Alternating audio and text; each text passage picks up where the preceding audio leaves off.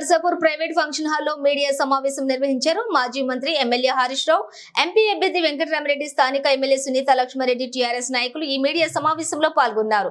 హరీష్ రావు మాట్లాడుతూ రాహుల్ గాంధీ కాంగ్రెస్ సమావేశంలోని 6 గ్యారెంటీలు తెలంగాణలో అమలవుతున్నాయని అన్నారని, ఏ గ్రామాల్లో అయితే 6 గ్యారెంటీలు అమలవుతున్నాయో ఆ గ్రామాల్లోనే కాంగ్రెస్ నాయకులు ఓట్లు అడగాలని, అమలు కాని గ్రామాలలో బీఆర్ఎస్ కు ఓట్లు వేయాలంటూ అన్నారు హరీష్ రావు.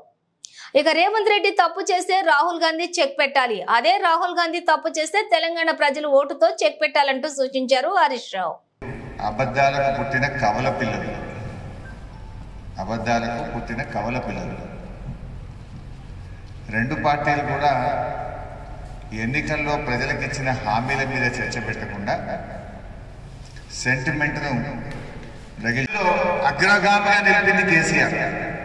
ఇదే కాంగ్రెస్ వాళ్ళు బీజేపీ వాళ్ళు ఏం మాట్లాడారు? అన్ని నిధులు మెదక్ జిల్లాకేనా అని మాట్లాడినారు. ఇలా 3 జిల్లాల కళను నిజం చేసింది కేసీఆర్. మెదక్ జిల్లా, సంగారెడ్డి జిల్లా, సిద్దిపేట జిల్లాలు ఏర్పాటు చేసి జిల్లాల కళను నిజం చేసింది కేసీఆర్. ఇవాళ రేవంత్ రెడ్డి అంటాడు ఆ జిల్లా తీసేస్తా అంటాడు. అంటే మెదక్ జిల్లా తీసేస్తా అన్నందుకు ఇలా మెదక్ ప్రజలు, నర్సాపూర్ ప్రజలు ఓటేయాలా? నీ నోటికాడ బుక్కని ఎత్తకూడదా? నీ జిల్లా తీసేస్తా అంటుంది రేవంత్ రెడ్డి. మెదక్ జిల్లా రద్దు చేస్తా అన్నందుకు మెదక్ జిల్లా ప్రజలు ఇంకా ఈ కాంగ్రెస్ పార్టీకి ఓటేయాలా అని నేను అడుగుతా ఉన్నాను. ఇవాళ ప్రజలు ఆలోచించాలి, తస్మాత్ జాగ్రత్త. కాంగ్రెస్ కు ఓటేయడం అంటే చెప్పిండు 6 గ్యారెంటీలు ఈ రాష్ట్రంలో అమలవుతున్నాయి అని.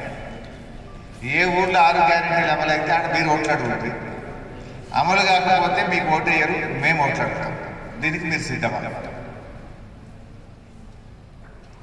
రాహుల్ గాంధీ గారు నేను ఒక అడుగు ముందుకేసి మహిళల ఖాతాల్లో 2,500 రూపాయలు జమ చేస్తా ఉన్నాము, సంవత్సరానికి 30,000 రూపాయలు మహిళల అకౌంట్లో వేస్తాము అన్నారు.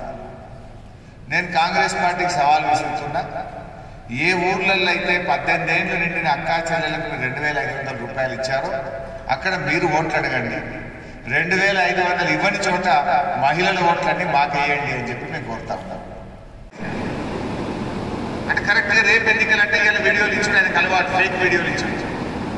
రేపు కూడా ఓటమి భయంలో అలాంటి ఫేక్ వీడియోలు, అబద్ధాలతో కూడినటువంటి ప్రెస్ మీట్లు, సోషల్ మీడియాలో గ్లోబల్స్ ప్రచారం చేయబోతున్నారు. దయచేసి 1-2 రోజుల ముందు సోషల్ మీడియాలో వచ్చే ఫేక్ వార్తలను మెదక్ పార్లమెంట్ నియోజకవర్గ ప్రజలు నమ్మొద్దని నేను ముందుగానే చెప్తా ఉన్నా. ఎందుకంటే బీజేపీ అభ్యర్థి